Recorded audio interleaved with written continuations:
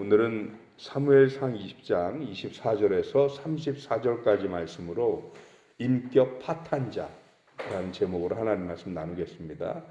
사람은 사실은 누구나 이중성은 있어요. 겉으로는 아닌 것 같아도 속으로는 욕심도 좀 있고요. 이기심, 질투심 왜 없어요? 사람이 다 있지요. 욕망도 있고 야망도 있고 다 그런 거죠. 그런데 뭐가 다르냐? 인간은 이성이 있고 충동이 있어서 우리들의 욕심과 욕망과 질투 이런 건 충동으로 우리에게 다가오지만 우리는 그것을 우리의 인격으로 참아내고 이겨내고 극복하는 거잖아요. 그래서 그렇게 우리들의 이성이 잘 건강하게 서 있는 상태를 우리는 인격이 형성된 상태라고 얘기를 하는 거예요. 그러니까 사람은 누구나 충동은 올라와요. 그걸 내가 얼마나 잘 제어하느냐, 잘 막고 얼마나 잘 이겨내느냐에 따라서 우리는 이성적인 사람 또는 인격적인 사람이 될 수도 있다라는 겁니다. 그런데 문제는 이 이성의 통제력이 붕괴되기 시작하면 그러면 이 이성의 통제력에 이끌려 사는 게 아니고 오로지 충동과 자극과 욕심, 욕망 이런 거에만 이끌려 살게 되잖아요. 그런 사람들을 일컬어 인격이 무너진, 조금 더 심하게 말하면 인격 파탄자라고 얘기를 하는 건데 오늘 우리가 읽는 성경에서 드디어 사울이 무너지다 여기까지 온 것 같은 느낌이 들어요. 오늘 성경 보니까 어저께 읽은 성경에서부터 연결을 해보면 다윗이 사울 앞에 가는 거에 대한 두려움이 있었어요. 그런데 때마침 뭐가 있냐면 사울의 가문이 1년에 한 번씩 매년제를 드리는 제사기간이 돌아왔단 말이죠. 하나님 앞에 드려야 하는 3대 절기 외에 각 가정들이 일정 기간을 정해놓고 그 가정을 위한 특별한 제사를 드리는 절기들이 있었던 거죠. 가정마다. 그래서 그 매년 한 번씩 드리는 매년제에 다윗이 걱정했단 말이에요. 안 그래도 여기 나가면 틀림없이 사울이 나를 죽일 것 같은데 어떡하느냐. 그래서 요나단이 그러면 오지 마라. 내가 가서 먼저 아버지를 한번 보고 무슨 일이 있으면 내가 너에게 알려줄게. 이렇게 얘기를 하면서 다윗은 참석을 하지 않고 나머지 이제 가족들과 아주 가까운 신하들끼리만 모여서 매년제를 드린 거죠. 그런데 사울이 보니까 다윗이 안 왔어요. 첫째 날은 뭔가 실수나 뭐 이런 게 있어서 아니면 몸이 안 좋거나 또 부정한 일이 있는가 보다. 이스라엘 사람들은 부정한 일, 예를 들어 시체를 만졌거나 뭐 이러면 제사를 못 드리잖아요. 그러니까 그런 일이 있나 보다 하고 하루는 참고 넘어갔습니다. 그런데 둘째 날 보니까 다윗이 또 안 왔어요. 그러니까 묻는 거죠. 어째서 다윗이 이새의 아들이 왜 안 왔느냐? 그랬더니 요나단이 나서서 이새의 아들인 다윗을 변론해 주는 거예요. 자기 마침 집안에 제사 드릴 일이 있다고 그 형들에게 연락이 왔다고 그래서 내가 보내줬습니다. 휴가 보내줬습니다. 이 얘기를 한 거죠. 그랬더니 거기다 대고 사울이 불같이 화를 내는 겁니다. 왜 그러면 사울의 계획이 다 뒤틀렸어요. 다윗이 예상했던 대로 다윗이 만약에 그 매년제에 참석을 하면 사울은 그 다윗을 그 기회에 붙잡아서 죽일 생각이었습니다. 그런데 그 절호의 찬스를 요나단 때문에 놓치게 된 거예요.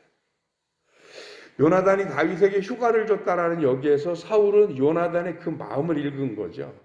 내가 오늘 저 다윗을 죽일까 봐 요나단이 미리 피신시켰구나.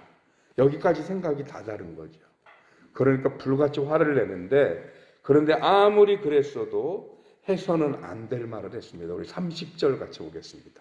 30절 사울이 요나단에게 화를 내며 그에게 이르되 폐역무도한 계집의 소생아 내가 이새의 아들을 택한 것이 내 수치와 내 어미의 벌거벗은 수치됨을 내가 어찌 알지 못하랴. 우리 어릴 때요 학교 다니면서 친구들끼리 티격태격하고 싸우기도 하고 막 그러지만 거기에도 보이지 않는 불문율이 존재합니다. 그게 뭐냐? 절대로 가족이나 부모를 건드리면 안 됐어요. 그냥 말로 티격태격 하다가 두고요. 그 가문 얘기를 한다든지 그 부모 얘기를 하게 되면 심지어 선생님한테도 대들었어요. 아이들이. 너는 네 집 자식인데 그러냐? 너는 애매비도 없냐? 뭐 이런 얘기 듣잖아요. 그러면 학교 다닐 때 선생님한테도 나를 욕하지 왜 우리 부모님을 욕하느냐고 대들었다고요.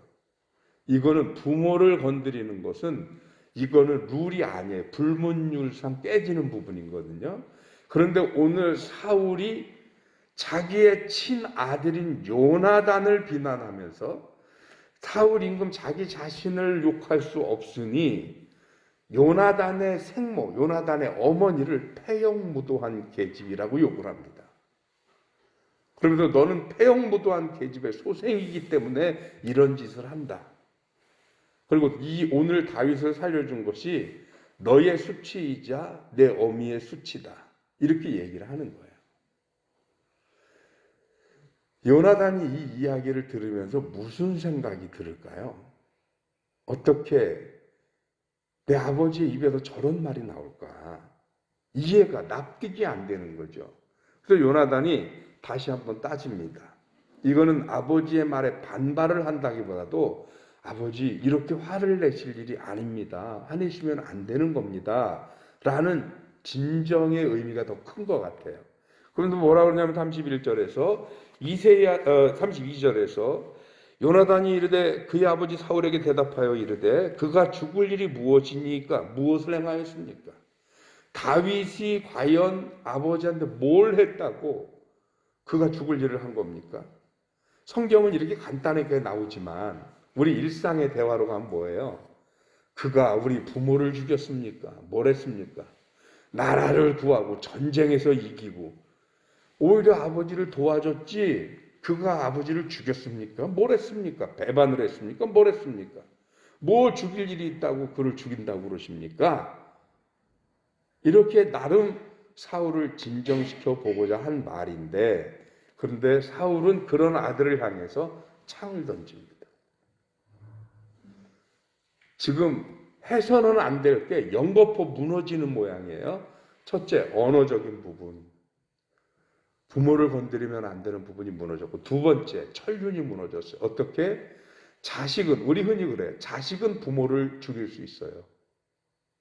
우리 가끔 패륜적인 영화를 보면 그래요. 그러나 부모는 자식을 죽일 수는 없어요. 이게 부모의 보호 본능입니다.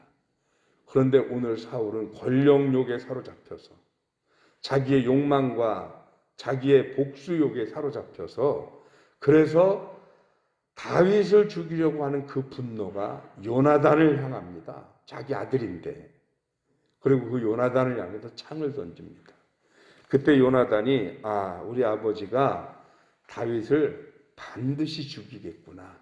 이거를 결심하게 되고 다윗에게 이 모든 사실을 통보하게 됩니다. 그러면서 요나단은 마음 한구석에 그대로 그래도 요만큼 아버지이기 때문에 요만큼 아주 신락 같은 희망, 신락 같은 가능성 이거를 좀 가지고 있었던 것 같아요. 왜냐하면 다윗은 끝까지 난 당신 아버지 앞에 못 간다고 하는데도 요나단은 걱정하지 마라. 그렇게까지는 아닐 것이다 라고 설득을 해왔거든요. 근데 오늘 이 사건으로 포기해버립니다. 왜?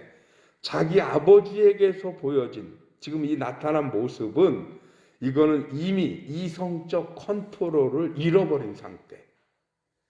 인격이 파탄된 상태거든요. 무엇도 기대할 수 없는 상태. 근데 여러분 여기까지 넘어가는 게 굉장히 어렵고 힘든 것 같죠? 그렇지 않습니다. 사람 마음이요. 정신 한번 헷가닥 바뀌면 인격 파탄되는 거 잠깐이에요.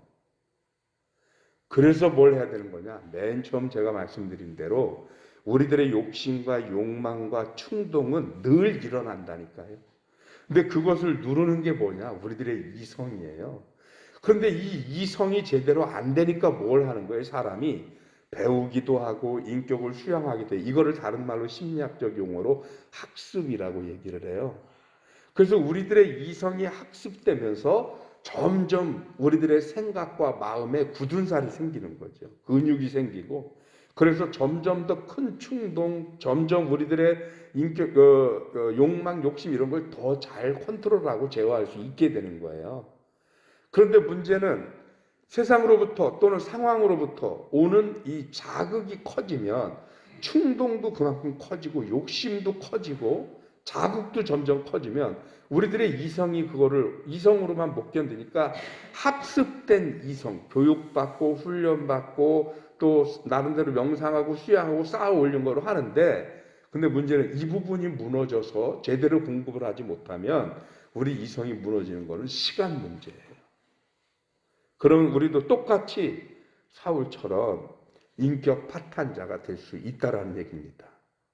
임금이 아니니 그런 권력을 사용할 수는 없으되, 만약에 우리에게 그런 권력이 있다면 요즘도 가끔 대기업 회장들의 갑질하면서 사원들 때리고 뭐 하는 거 들어보십니까? 그게 제대로 된 인격자가 할 일입니까?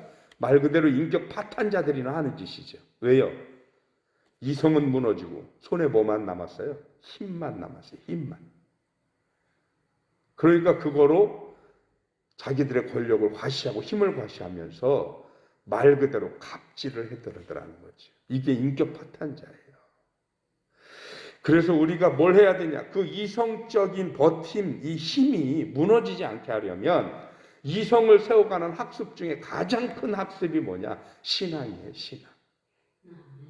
우리가 내 자제력으로는, 내 통제력으로는 무너질 것 같은 그런 상황에서도 그런 우리를 다시 세워주는 게 뭐냐? 신앙이에요. 내가 정말 무너질 것 같고 못 견딜 것 같을 때도 하나님의 이름을 부르고 버티는 거거든요. 정말 여기서 다 포기하고 싶어요. 어떤 때는요. 뭐 사는 거고 뭐고 다 싫을 때가 있단 말이에요. 그런데 그때 나를 세워주는 게 뭐냐? 결국은 하나님의 이름이고, 우리가 평생 그렇게 어렵고 힘들 때마다 불러왔던 주님의 이름이, 그리고 그 믿음과 신앙이 우리를 무너질 것 같았던 우리들의 이성과 우리들의 통제력을 다시 세우는 게 신앙이에요. 여러분, 다윗이라고 사울 같은 상황을 안 겪었습니까? 압살롬이 다윗을 갖다가 자기 아버지한테 반란을 일으켜서 아버지 죽이러 쫓아왔었잖아요. 그런 압살롬을 향해서 다윗은 뭐라 그럽니까? 이런 패륜무도한 그 계집의 자식아, 이렇게 욕을 했어요? 안 했어요. 오늘 같은 욕 안 합니다. 오히려 뭐라 그래요? 압살롬아, 압살롬아, 네가 뭘 몰라서 그랬는데. 신하들이 반역을 일으킨 아들이기 때문에 그 아들 죽이자고 그러거든요. 근데 자기는 못 죽이겠는 거예요. 다윗은 정작. 그래서 다시 기회를 주자고, 살려주자고, 목숨만은 살려주자고, 귀향을 보낼지언정 목숨만은 살려주자고 그래요. 이런 다윗과 사울의 차이가 뭡니까? 충동과 자극과 상황은 똑같습니다. 뭐가 다르냐면 그 상황을 버티는 믿음, 신앙이 달랐어요. 그 신앙이 다윗을 붙잡아주고 다윗을 세워주고 끝까지 일으켜줬던 거예요. 여러분, 오늘 저와 여러분들이 하나님을 만난 건 어마어마한 축복입니다. 왜 그게 축복이냐 하면 세상 사람들은 상상하지 못할 초인적인 통제력이 우리 안에서 나와요. 내가 잘나서가 아니라 나는 무너질 것 같은데 내가 주의 이름 부르고 강단에 엎어져서 교회에 엎어져서 기도하면 하나님이 저와 여러분들이 이성적인 통제력을 발휘할 수 있고 나를 다시 세울 수 있도록 하나님이 저와 여러분들을 잡아주시는 거잖아요. 그래서 새벽에 나올 때는 힘든데 어때요? 갈 때는 너무 좋죠. 갈 때는. 저도 사람인지라 목사니까 어쩔 수 없이 걸을 수 없잖아요. 아이, 부끄러운 고백인데 해야 되겠네. 어쨌든 좀 피곤한 일이 있어가지고 어제는 설교 준비가 잘 안 되더라고요. 오늘 이 말씀 준비한 묵상 자체가 성경이 눈에 안 들어와요. 그래서 오늘 설교 준비 참 안 된다. 그리고 서재로 나가기도 싫다. 막 이런 생각이 들었어요. 집사람한테 막 그랬더니 쉬어. 쉬어. 근데 그 말을 딱 듣는 순간 아니지, 무슨 얘기야, 쉬다니. 지금이 어느 때인데. 그래서 다시 또 추스르게 되고, 그리고 나와서 제 서재에 앉아서 그냥은 안 되겠길래 찬양을 틀어놓고 성경을 한참 읽고 또 읽고 이러면서 다시 추스려서, 그래서 오늘 말씀을 준비했거든요. 바로 그런 거예요. 신앙이 우리를 일으켜주고 굳건히 세워줍니다. 이 차이가 그가 충동을 또는 자극을 얼마나 통제하느냐의 차이예요. 그래서 인격 파탄자라고 하는 그 부분을 조금 더 들여다보면 적어도 신앙인에게는 하나님과의 관계가 문제가 생기면 인격을 지켜주던 우리의 이성이 붕괴된다라고 하는 것입니다. 그런데 우리의 신앙이 굳건히 서 있으면 이 부분을 우리가 더 하나님 앞에 매달리면 우리의 이성이 안 무너져요. 붕괴되지 않아요. 그러면 상황과 자극은 얼마든지 어렵게 오지만 우리 얼마든지 이겨낼 수 있습니다. 하나님이 이기게 하실 겁니다.